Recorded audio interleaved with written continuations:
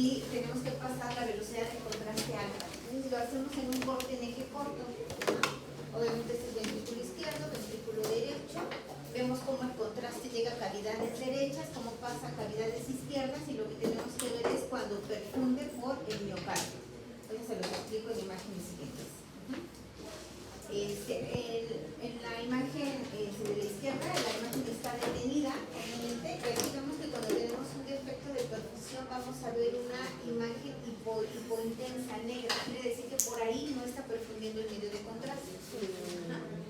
Si ahí no está perfundiendo en la pared lateral, ¿qué arteria es la responsable? La circunfleja, ¿verdad? Ok, muy bien. Entonces, aquí como decíamos, vamos a tomar cortes en ejes cortos. Aquí prácticamente en esta parte de abajo, ¿me puedes volver a presentar? Ay, si no, es que tengo mucho. Es importante. Nada más les recuerdo esta parte. La pared anterior y la pared anteroseptal va a ser ligada por la descendente anterior. La pared inferoseptal y la inferior va a ser ligada por la coronaria derecha y la pared lateral por la circunfleja. Entonces nosotros vamos a tomar cortes en ejes cortos para evaluar los 17 segmentos que ya conocemos, que ya prácticamente con todos vimos eso en la rotación, ¿no? Y vamos a utilizar un medicamento que se llama adenosina.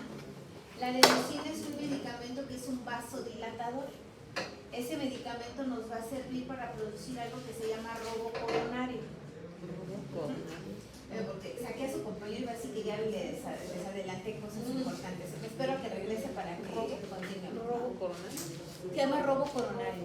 Ajá. Ahorita les digo cómo se produce el robo coronario.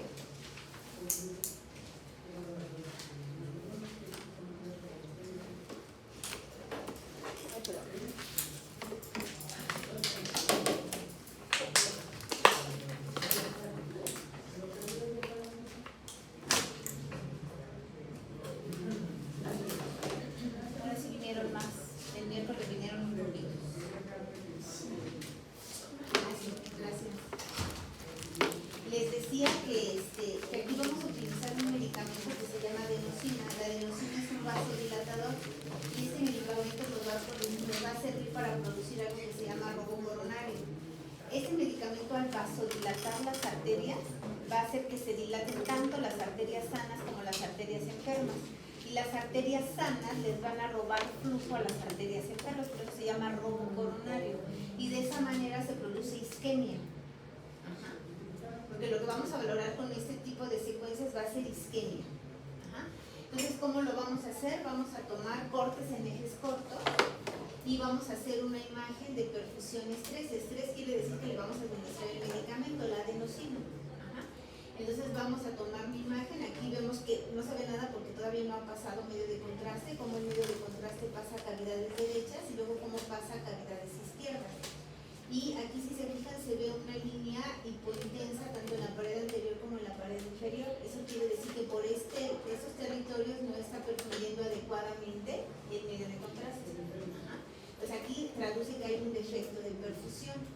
Y 10 minutos después, porque tenemos que esperar a que se lave el medio de contraste, volvemos a tomar otra vez nuestras imágenes, pero ya sin el medicamento. O sea, digamos que esta es una perfusión en reposo porque no le pasamos fármaco, y esta es una perfusión en estrés porque estamos administrando la adenosina. Y las imágenes las vamos a comparar. Obviamente, si yo veo que en mi perfusión en reposo no veo esa línea hipointensa en la pared anterior e inferior y se hace evidente con el estrés, quiere decir que eso es un defecto de perfusión. Y que me está diciendo que pues, por ahí obviamente no está llegando adecuadamente el medio de contraste.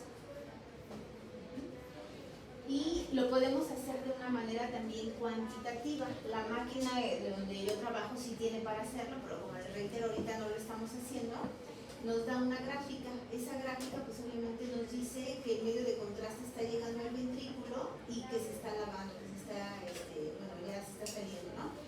Si yo esto lo veo, por ejemplo, en un territorio, pues quiere decir que aquí tengo una adecuada perfusión.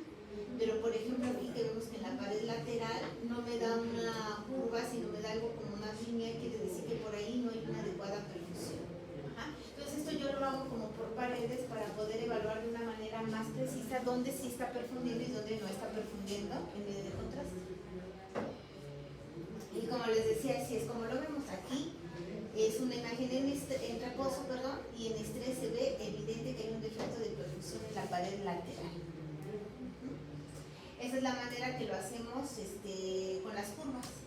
Cada una de estas curvas me va a representar, por ejemplo, un segmento, porque dividimos aquí en 6 segmentos, como ya lo hacemos en el modelo de los 17 segmentos, para cada uno de los territorios, y cada una de esas va a ser una curva. Y esto me da mayor sensibilidad y especificidad. Y también lo podríamos llegar a hacer con un medicamento que es la dobutamina, que creo que les explicaba la clase pasada que ya no lo hago porque tengo que poner la bomba de infusión hasta afuera. Entonces ir incrementando la dosis de la dobutamina de 5 a 10, de 10 a 20, de 20 a 30 y de 30 a 40. Si el paciente no me llegó a su frecuencia cardíaca máxima, todavía puedo administrar atropina. ¿Saben cómo se calcula la frecuencia cardíaca máxima? No.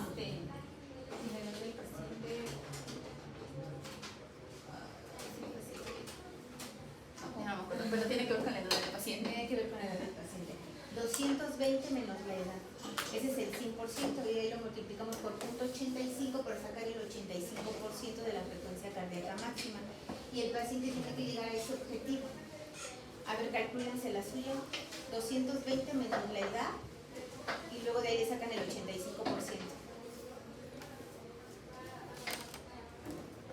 ¿El 85? 166. Si a ti te hiciéramos algún estudio, ya sea una prueba de esfuerzo, un ecodobuta, una resodobuta, tendríamos que llegar a 166 latidos para que tu estudio sea concluyente. Ok, obviamente tiene que ver con la edad, porque pues a un viejito de 70 años no lo vamos a llevar a 166. Entonces ahí vean cuál sería la frecuencia cardíaca. Esto comparando, si nosotros hiciéramos el estudio con resonancia, lo hiciéramos con un eco, con la resonancia nos incrementa la sensibilidad, especificidad y precisión diagnóstica. ¿Por qué? Porque como veíamos en la clase pasada, la resonancia tiene una mejor definición anatómica entre tejidos, podemos valorar mejor las paredes y mayor la contractilidad, que con la ecocardiografía, que a veces eso no es del todo, bueno, no en todos los pacientes se puede realizar de manera precisa. Aquí había un estudio, que la verdad es que esto ya no se hace, de 2007, donde se vio que si a un paciente en un mismo protocolo le hacemos los dos estudios, le hacemos perfusión con adenosina y le hacemos dobutamina, y si el paciente nos saliera negativo el estudio, tiene nada más 0.8% de probabilidad de tener un evento isquémico a 3 años. Obviamente haciendo los dos estudios, si los dos son negativos, pues la posibilidad de que ese paciente tenga una enfermedad es sumamente baja, ¿no? Pero la verdad es que solo hacemos uno u otro. Y la mayoría de los centros donde se hacen los estudios para valorar isquemia, en la gran mayoría hacemos con adenosina. También se puede utilizar otro fármaco que se llama dipiridamol. El dipiridamol es algo muy parecido a la adenosina, nada más que lo que varía es la vida media y el tiempo de acción. La vida media de la adenosina es muy cortita. La vida media de la adenosina es de 30 segundos. Cuando yo administro la adenosina, casi inmediatamente debo de lanzar la secuencia para que tenga efecto todavía el medicamento. Cuando lo hacemos con dipiridamol, el inicio de la secuencia debe ser hasta los 4 minutos. Y la duración del dipiridamol es de hasta de 1 hora. Y ahí lo que pasa es que tenemos que tener más cuidado con el paciente, porque obviamente todos los fármacos tienen efectos secundarios. La adenosina y el dipiridamol, los dos nos pueden ocasionar bloqueos auriculoventriculares. Es contradictorio, pero también nos puede ocasionar taquicardia. ¿Por qué? Por la vasodilatación hay taquicardia. Nos puede producir broncoespasmo. Y de lo más común es que el paciente tenga rubicundez, que tenga ligero dolor precordial. Entonces hay que explicárselo al paciente, porque si lo siente, pues obviamente es efecto del medicamento.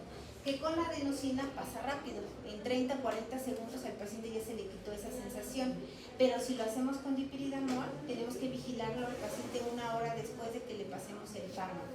Por eso es que yo lo hago con adenosina, porque es mucho más rápido su vida media, y afortunadamente pues no tenemos como pues tantos efectos secundarios. Aparte porque yo solamente tengo un día a la semana en que hago estudios. Imagínense, si le paso adenosina y 1 hora le hago el estudio, 1 hora cuido al paciente, pues no me voy a hacer 2 estudios o 3 estudios, ¿no? Llego a hacer hasta 5 estudios en un día. Ajá, pero pues obviamente tengo que ver qué protocolo es y todo para que me alcance el tiempo, ¿no? Pero si yo lo hiciera con dipyridamol, pues obviamente no podría hacer eso. Y vamos a ver la viabilidad. Esto es súper importante. Viabilidad se refiere a tejido vivo, ¿no? ¿Cuánto tenemos de tejido vivo? Sobre todo, eso es bien relevante en un paciente que ya se infartó. Porque si un paciente ya se infartó, pues necesitamos saber si en ese territorio todavía va a haber tejido vivo que rescatar. Las secuencias de viabilidad van a ser secuencias fijas. Estas obviamente no son en movimiento. Aquí administramos gadolinio y nos vamos a esperar 10 minutos para tomar la imagen. A los 10 minutos vamos a tener una clara diferencia entre la cavidad y el miocardio para empezar. La cavidad se tiene que ver blanca y el miocardio se tiene que ver negro. Ajá. A esto le llamamos que nulificamos el miocardio. Ajá. Es decir, que el miocardio se ve oscuro. Ajá. Cuando nosotros llegamos a ver dentro de esta zona del miocardio una porción blanca o brillante, quiere decir que eso es fibrosis. Ajá. Entonces, aquí la fibrosis la tenemos en la pared lateral y aquí la tenemos en la pared anterior, ¿verdad? ¿Y por qué es importante valorar viabilidad? Porque si nosotros tenemos un paciente que ya tuvo un infarto y que a ese paciente no sabemos si lo vamos a someter a un procedimiento de revascularización o no, y ese estudio nos puede ayudar a tomar esa decisión. Si un paciente tuviese tejido viable y nosotros lo sometemos a un procedimiento de revascularización, pues le vamos a disminuir la mortalidad. Pero si tuviese tejido viable y lo dejamos así, no lo revascularizamos, le incrementamos la mortalidad. Ajá. Y al revés, es importante que si ese paciente ya no tiene tejido viable y nosotros lo sometemos a un procedimiento de revascularización, le vamos a incrementar la mortalidad, porque obviamente los procedimientos que tenemos para revascularizar a un paciente pues no son inocuos. ¿Cuáles son los procedimientos con los que revascularizamos a un paciente? ¿El catéter? El cateterismo cardíaco. ¿Y el otro? No es lo mismo. Un cateterismo es una angiografía coronaria, y el otro es una cirugía corazón abierto. Entonces, obviamente es bien importante tomar esa determinación porque, dijera el doctor López, no le vamos a abrir el huacal, porque así lo dice él, no le vamos a abrir el huacal a un paciente, nada más para ver si le podemos rescatar algo. Primero tenemos que valorarlo si ese paciente en realidad se va a beneficiar de que le hagamos un procedimiento de revascularización. Y así es como vemos las imágenes. Estas se las voy a explicar con la siguiente diapositiva. El gadolinio es un medio de contraste paramagnético que tiene una distribución extracelular. Si nosotros tenemos la membrana del miocito íntegra, el gadolinio obviamente no va a penetrar al interior de la célula, se va a quedar en ese espacio extracelular. Y cuando nosotros tomamos la imagen a los 10 minutos, pues vamos a ver todo el tejido miocárdico normal negro, porque no penetró el gadolinio. Ajá. Si nosotros tenemos un infarto agudo, va a haber una ruptura de la membrana del miocito y el gadolinio va a penetrar a ese espacio intracelular. Entonces, cuando nosotros tomamos la imagen a los 10 minutos, ya no cambié la imagen, vamos a ver esa zona blanca o hiperintensa porque ahí ya penetró el gadolinio. Ajá. Y cuando nosotros tenemos ya una cicatriz, un infarto crónico, ese miocardio va a estar reemplazado por una matriz de colágeno donde también el gadolinio va a penetrar libremente por esas rejillas de colágeno y también vamos a ver una imagen brillante. ¿Qué les quiero decir con esto? Que la secuencia de realce tardío me diferencia tejido vivo de tejido muerto, pero no me diferencia la agudeza del infarto. No me va a decir si es un infarto agudo o es un infarto crónico. Nada más me está diferenciando si hay tejido vivo o tejido muerto. Ajá. Aquí este es un estudio ya viejito, de 1999. Kim es una de las personas que más ha escrito sobre viabilidad y él aquí hizo un experimento en perros donde les ligó las arterias coronarias y se las fue desligando a diferentes tiempos para producir infartos de diferentes tamaños. Vean, en la primera es un infarto muy pequeñito en la pared inferior, aquí tenemos un infarto muchísimo más grande en la pared inferoseptal inferior y la lateral. Ajá. Aquí tenemos un infarto subendocárdico en la pared anterior. Y aquí también es un infarto pequeño. Entonces a esos animales pues se les hizo una resonancia, después se les hizo un estudio de histopatológico con una tinción que se llama trifeniltetrazolio. Y vean pues aquí prácticamente la similitud que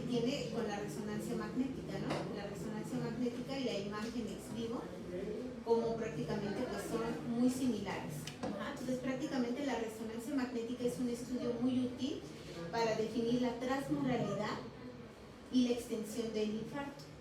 Ajá.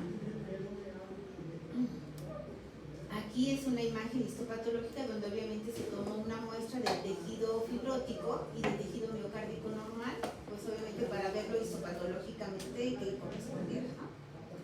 Esa es otra doctora que también ha escrito mucho, la doctora Anna Warner, donde también es la misma tinción que les comentaba, difeniltetrazolium y la resonancia magnética con gadolinio. Y vean cómo prácticamente la zona infartada pues es y pues igual, similar a la tinción histopatológica. Entonces la resonancia magnética es un estudio muy muy preciso para valorar viabilidad. Aquí es otro estudio donde se comparó con otro método que es el SPECT, que es la medicina nuclear. Ajá. Entonces aquí, cuando la medicina nuclear, digamos, es un estudio normal, vemos como toda la donita, ¿no? Entonces, si le faltara una parte a esta dona, pues quiere decir que obviamente esa pared no está teniendo como buena perfusión. Lo que les quiero decir es que el SPECT aquí en esta imagen pasa como normal porque se ve todo el círculo en todas las imágenes, ¿no?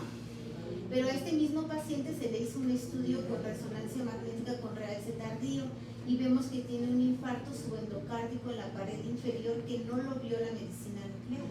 Ajá. Y esto se vio histopatológicamente donde sí se evidencia este infarto. Para infartos subendocárdicos es muchísimo mejor hacer una resonancia magnética que una medicina nuclear, porque la medicina nuclear puede no verlo. Este es otro estudio donde se comparó dos métodos, que es el PET y SPECT. El PET es un estudio que nos sirve más para ver viabilidad. Ajá. Digamos que es uno de los mejores estudios que existe para ver viabilidad. Porque se hace con evaluando el metabolismo de la célula. Y aquí se comparó la sensibilidad, especificidad, valor predictivo positivo y valor predictivo negativo de este método comparado con la resonancia magnética con realce tardío. Y vemos que la resonancia magnética tiene una alta sensibilidad y un alto valor predictivo negativo. O sea, es un estudio muy, muy útil para valorar la viabilidad. Y aquí pues son solamente pues, imágenes para que las observen aquí. Aquí donde está el involucro, ¿en qué paredes está? En la pared. A ver, ¿esa pared? La pared. Sí, es un eje corto, ¿verdad? Es un eje corto. La pared anterior. Anterior, ¿cuál más? Y la septal y lateral. Y anterolateral, ¿verdad? Ajá. Aquí, digo, porque es como muy extenso el impacto que tiene, probablemente inferimos que este sea una obstrucción del tronco coronario. Ajá. Porque nos evalúa tanto territorio de la descendente anterior como de la circunfleja. Ajá. Recuerden que el tronco coronario se divide en descendente anterior y en circunfleja. ¿Cuál sería? Bueno, obviamente donde se ve el realce tardío y cuál es la arterial. Responsable, ¿qué nombre es esto? A ver, doctora. ¿Cuál sería la diferencia? ¿Cuál? ¿Cuál sería la diferencia? No, ¿dónde vemos ahí en esa imagen el realce tardío? ¿En qué pared está el realce tardío? ¿Y cuál es la arteria responsable? ¿Tú eres Daniela? No, yo soy. Sería la lateral. Sí, es la lateral. ¿Y cuál es la arteria responsable? Ya lo dijeron. ¿La circunfleja? La circunfleja, muy bien. A ver, ahora sí, Daniela. Ajá. Aquí, ¿dónde está el realce tardío? ¿Cuál es la arteria responsable? En la pared lateral. No. Lateral septal. La pared septal. Y anterior. Ajá, ¿y cuál es la Bueno, arteria? Es la descendente. ¿Descendente qué? Anterior. Descendente anterior. Ajá, porque bueno, no hemos visto todas las arterias, pero también hay una descendente posterior. Ajá, ok. Y déjame ver a quién más. Lo va a hacer al azar. Pablo. Ajá, esta. Está en la posterior y No, el término correcto no es posterior. Ah, ¿cuál digo, es? inferior. Inferior. Inferior. ¿Y la arteria? La descendente anterior. No, la descendente anterior no. ¿Cuál es? A ver, ayúdenme. La coronaria derecha. La coronaria derecha, exactamente. Ajá, eso repásenlo. Este estudio también nos sirve para ver la extensión. Como tomamos imágenes que van desde la base hasta la punta, podemos saber si el infarto solamente fue basal, fue medio, fue apical o nos abarcó todo, desde la base hasta la punta. Ajá. Y podemos medir el tamaño del infarto. Ajá. Podemos aquí ver, haciendo una regla de 3, podemos ver qué porcentaje de tejido miocárdico está infartado, ¿no? Lo reportamos un infarto del 15%, del 8%, del 40%, porque a veces sí tenemos infartos muy, muy grandes. Cuando nosotros administramos el gadolino y tomamos la imagen tempranamente, al minuto, a los 2 minutos, esto nos sirve para evaluar algo que se llama obstrucción microvascular o enfermedad de la microcirculación. Aquí todavía no tenemos una clara diferencia entre el miocardio y la cavidad. Si se fijan, aquí se ve que sí se va a poner como blanco, pero todavía no se define bien esa zona blanca, blanca brillante, porque la imagen está tomada muy tempranamente. Pero ven que ahí donde prácticamente pues no hay tejido vivo, hay una serie como un puntilleo negro en el centro del infarto. Ese puntilleo negro le llamamos enfermedad de la microcirculación o fenómeno de reflujo. Y ese es un dato de mal pronóstico, porque también están afectados los pequeños vasos. Ajá.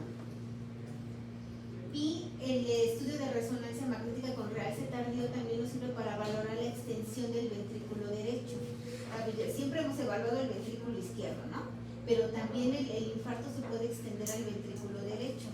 Es muy, muy, muy poco probable que tengamos solamente un infarto que solo involucra el ventrículo derecho. Generalmente eso no pasa. Pero los infartos inferiores generalmente se pueden extender al ventrículo derecho. Ajá, entonces cuando tenemos un infarto inferior siempre debemos de ver si esa extensión no se hizo al ventrículo derecho. Y se puede ver muy bonito aquí en esta imagen, vean cómo también se ve ese realce aquí. Y esa es la parte más importante que siempre les he comentado, ver la transmuralidad del infarto. En relación al espesor de la pared, aquí es bien importante valorar si el infarto se llevó todo el espesor de la pared, que obviamente aquí ya no habría tejido vivo que rescatar, a que si todavía tenemos tejido vivo, y ahí obviamente este paciente se va a beneficiar de un procedimiento de revascularización. Eso es lo más importante a definir. De hecho, para eso obviamente me solicitan el estudio, para ver qué tanto tejido vivo quedó en ese espacio, en ese territorio ya infartado.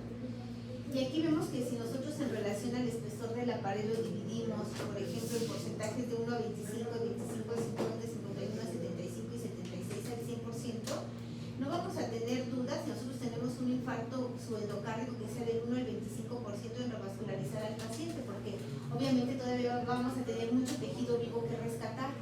Y aquí vemos que si nosotros revascularizamos al paciente, 109 de 183 segmentos mejoraron la contractilidad después de que se revascularizó al paciente. O sea, sí hubo una mejoría notoria. Entre más transmural se va haciendo, pues más duda nos va quedando, ¿no? Todavía sí es un 50%, 49 de 110 segmentos mejoraron la contractilidad. Si ya el infarto es del 51 al 75%, 13 de 124. Y si casi ya todo fue transmural, que sea del 76 al 100%, ya no tiene ningún beneficio porque uno de 58 segmentos recuperaron la contractilidad. Aquí existe a veces un poco de duda cuando nosotros tenemos un infarto que nos abarcó del 51 al 75%. A veces uno dice, híjole, como que es un 60, ¿no? Como que todavía el paciente se puede beneficiar de que sí se revasculariza o no.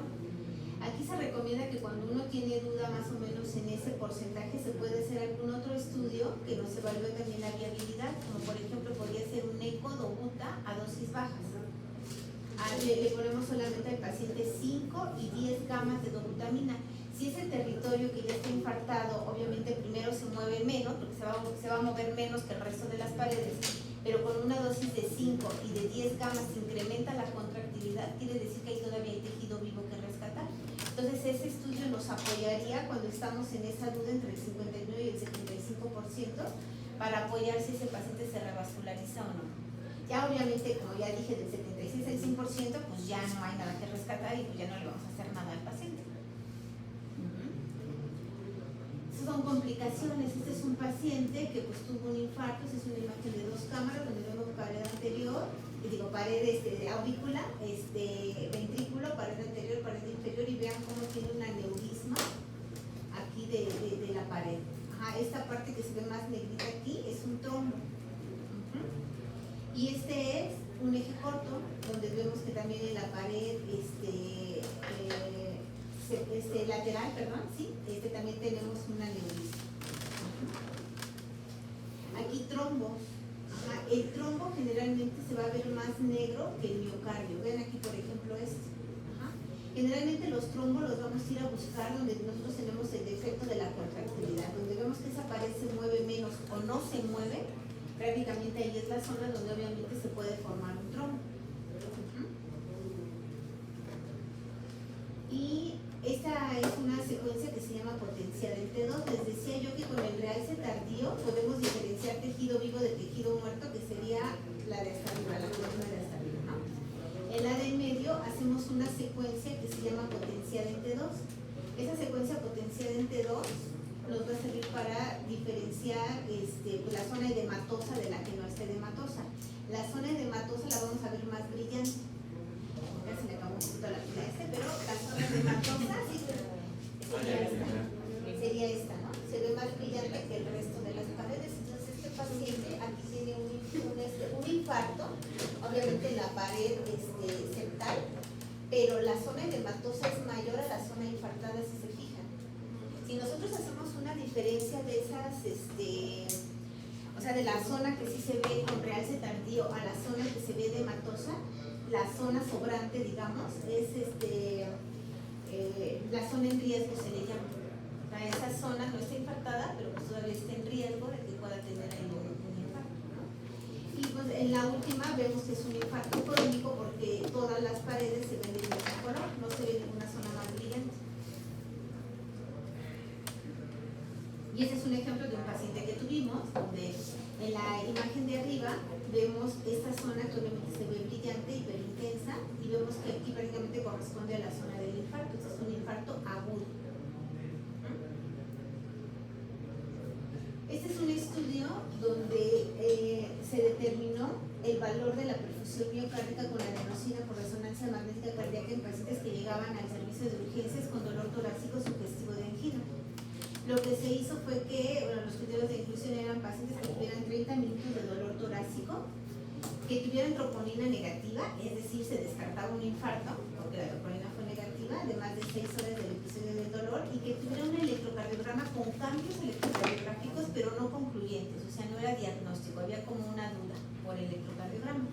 Entonces se les hizo el estudio de resonancia magnética, y vemos que, por ejemplo, aquí es una paciente de 77 años de edad sin historia cardiovascular previa.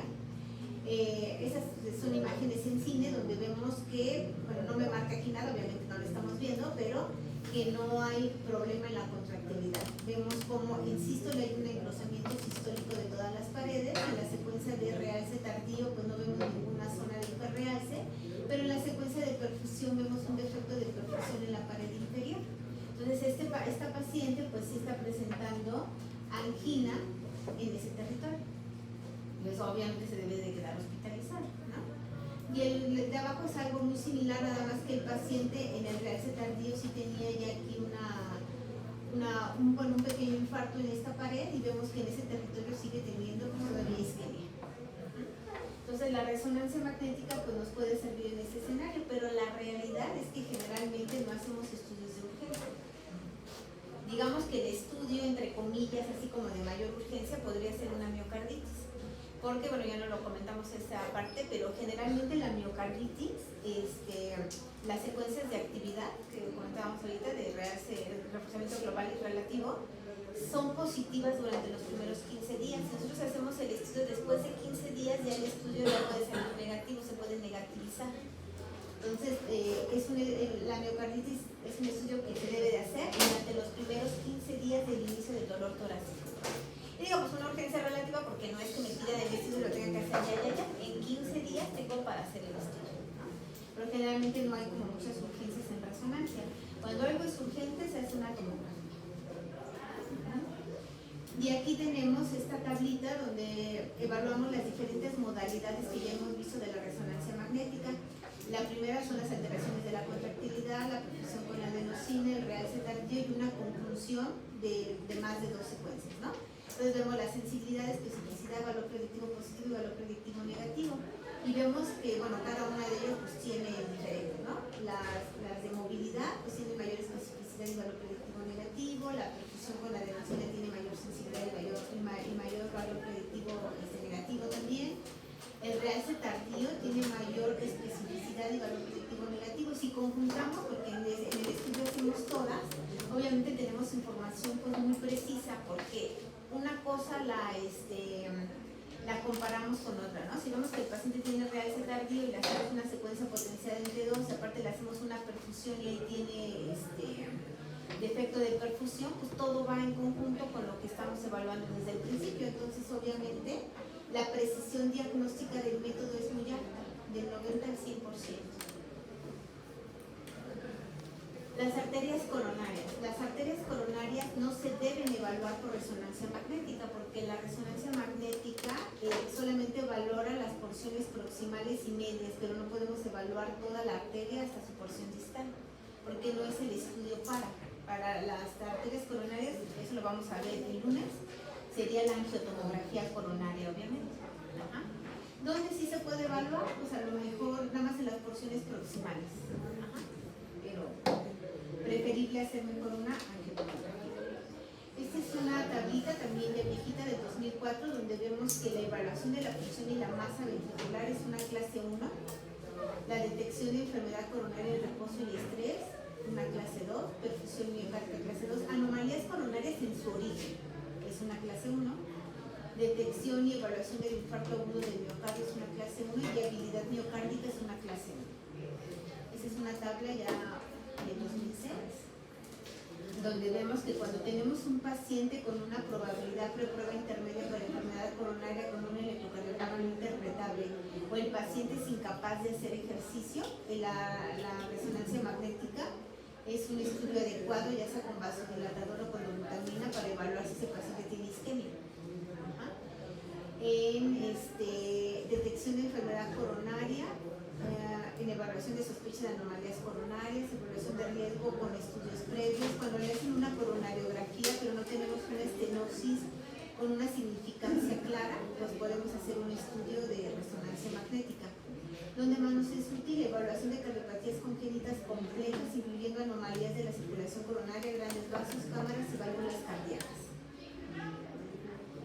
Lo que está con rojo es lo que respecta a cardiopatía isquémica. Evaluación de la función ventricular después de un infarto o en pacientes con falla cardíaca con imagen inadecuada por ecocardiografía.